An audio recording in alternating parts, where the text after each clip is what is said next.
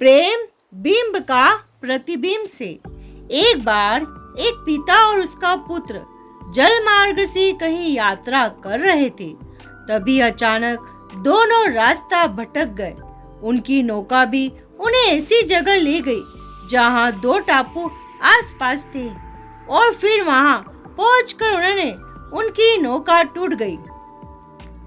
पिता ने पुत्र से कहा, अब लगता है हम दोनों का अंतिम समय आ गया है। दूर दूर तक कोई सहारा नहीं दिख रहा है। अचानक पिता को एक उपाय सूझा और उसने अपने पुत्र से कहा, वैसे भी हमारा अंतिम समय नजदीक है, तो क्यों ना हम ईश्वर की प्रार्थना करें। उन्होंने दोनों टापू आपस में बांट लिए, एक पर पिता और एक पर पुत्र, और दोनों अलग अलग टापू पर ईश्वर की प्रार्थना करने लगे। पुत्र ने ईश्वर से कहा, हे भगवान, इस टापू पर पेड़ पौधे उग जाए जिसके फल फूल से हम अपनी भूख मिटा सके। ईश्वर ने प्रार्थना सुनी। तत्काल पेड़ पौधे उग आए और उसने फल फूल भी आ गए। पुत्र ने सोचा, ये तो चमत्कार हो गया, और फिर उसने प्रार्थना की, एक सुंदर स्त्री आ जाए जिसे हम यहाँ उनके साथ रहकर अपना परिवार बसाए।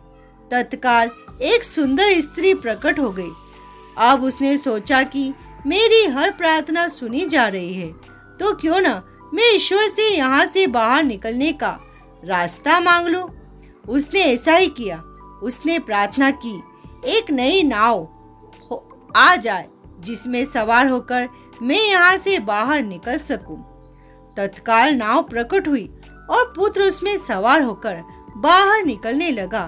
तभी एक आकाशवाणी हुई, बेटा, तुम अकेले जा रहे हो, अपने पिता को साथ नहीं लोगे। पुत्र ने कहा, उनको छोड़ो, प्रार्थना तो उन्होंने भी की है, लेकिन आपने उनकी एक भी नहीं सुनी। शायद उनका मन पवित्र नहीं है, तो उन्हें इसका फल भोगने दो ना। आकाशवाणी ने कहा, क्या तुम्हें पता है कि तुम्हारे पिता ने क्या प्रार्थना है की? पुत्र बोला, नहीं। आकाशवाणी बोली, तुम्हारे पिता ने एक ही प्रार्थना की कि हे भगवान, मेरा पुत्र आपसे जो भी मांगे उसे दे देना, क्योंकि मैं उसे दुख में हरगिज नहीं देख सकता, और अगर मरने की बारी आए तो मेरी मौत पहले हो, और जो कुछ तुम्हें मिल रहा है उनकी ही प्रार्थना का परिणाम है। पुत्र बहुत शर्मिंदा हो गया।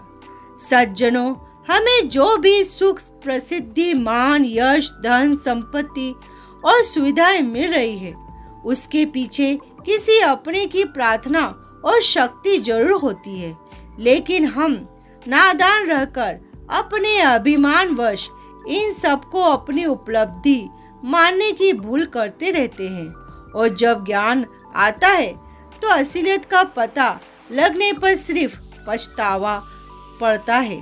हम चाहकर भी अपने माता पिता का ऋण नहीं चुका सकते।